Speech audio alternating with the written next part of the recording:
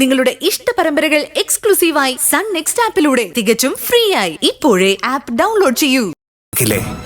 അതുപോലും രംഗത്തിറങ്ങിയില്ലേ, ഇതില് നമ്മൾ ജയിക്കും.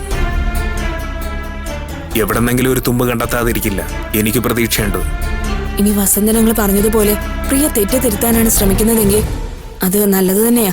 പക്ഷെ അർജുൻ സാറിനെതിരെ ഇത്രയും ശക്തമായ ഒരു കേസ് ഉണ്ടാക്കാൻ കെൽപ്പുള്ള കമ്മീഷണർ ഹേമചന്ദ്രന്റെ ഒരു വിവരവുമില്ല.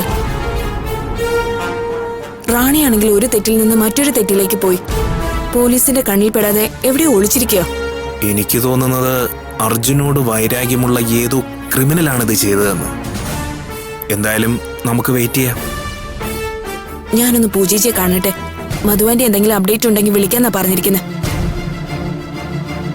ജോർജ് ചേട്ടൻ കുറച്ച് ഡീറ്റെയിൽസ് ആയിട്ട് വരാനും പറഞ്ഞിട്ടുണ്ട്.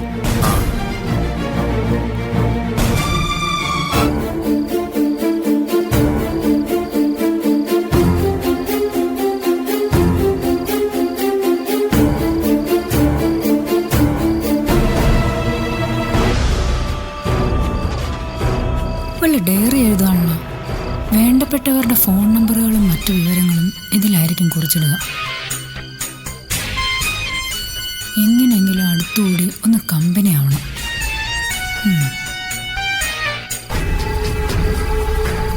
പ്രിയ,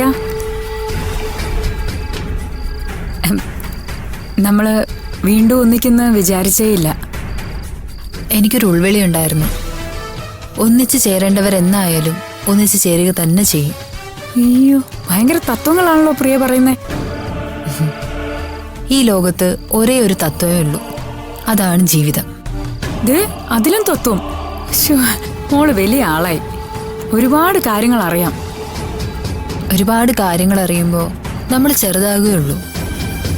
ഓ ഈശ്വര, എന്തൊക്കെ വലിയ വലിയ കാര്യങ്ങളാ പ്രിയ പറയുന്നേ. എനിക്ക് അതിശയം തോന്നുന്നു. ഞാനിനി എന്തായാലും പ്രിയയുടെ കൂടെ തന്നെ നിൽക്കൂ.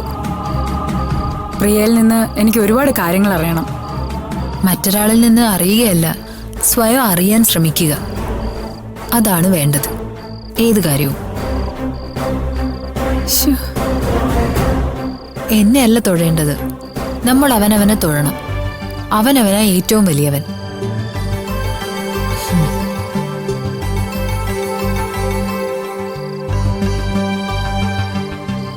എന്താ ഇപ്പൊ പറഞ്ഞേ?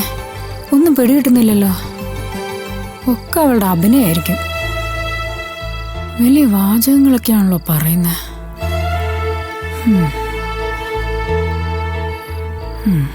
ഏതായാലും ഡയറി ഒന്ന് പരിശോധിക്കാം.